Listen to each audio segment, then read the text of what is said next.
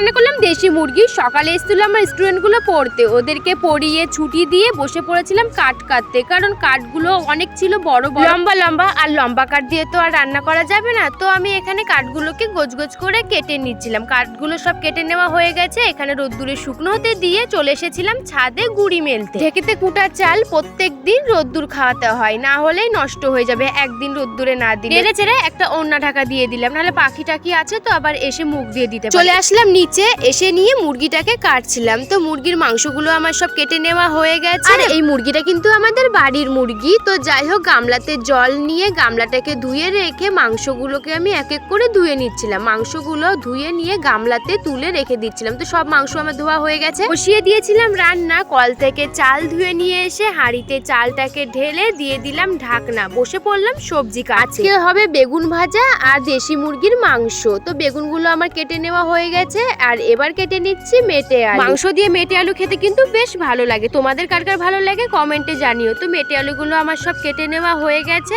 এবার মাংসের মশলাগুলোকে ছাড়িয়ে নেব। আদা, রসুন, পেঁয়াজ। তো আদাটা কেটে নেওয়া হয়ে গেছে, পেঁয়াজও কেটে নেওয়া হয়ে গেছে। রসুনও সব এক এক করে ছাড়িয়ে নিয়েছি। এখানে সব সবজি মশলা কেটে নেওয়া হয়ে গেছে। ভাতও হয়ে গেছে। ভাত উনুন থেকে নাবিয়ে কড়াইতে তেল দিয়ে বেগুনগুলো উল্টে পাল্টে আমি ভেজে নিচ্ছিলাম। তো বেগুনগুলো উল্টে পাল্টে ভেজে নেওয়া হয়ে গেছে। বাটিতে তুলে রেখে কড়াইতে তেল দিয়ে মাংসের আলুগুলো নেড়ে চেড়ে ভেজে গামলায় তুলে রেখে পেঁয়াজগুলো তেলের মধ্যে দিয়ে নেড়ে চেড়ে ভেজে মশলা, টমেটো, লবণ, হলুদ দিয়ে মশলাটাকে ভালো করে ভেজে দিয়ে দিলাম মাংস। মশলার সাথে দেশি মুরগির মাংসটা বেশ অনেকক্ষণ ধরেই কষাতে হবে, না হলে খেতে আবার ভাল লাগবে না। তো মাংস আমার অনেকক্ষণ ধরে কষানো হয়ে গেছে। দিয়ে দিলাম আলু। আলু দিয়ে আর একটু নেড়ে চেড়ে কষিয়ে নেব। আর আলু দিয়ে মাংস কষানো হয়ে গেছে, দিয়ে দিলাম জল দিয়ে রেখে দিয়েছিলাম। আর মাংসটা হয়ে গেছে সিদ্ধ। দিয়ে দিলাম ধনে পাতা দিয়ে নেড়ে চেড়ে মাংস রান্নাটা হয়ে গেছে। আর দেখো বন্ধুরা, মাংস তরকারিটা কত সুন্দর হয়েছে দেখতে। মাংস তরকারিটাকে গামলাতে নাবিয়ে নিলাম। আর ভিডিওটা ছিল এই পর্যন্তই। টাটা।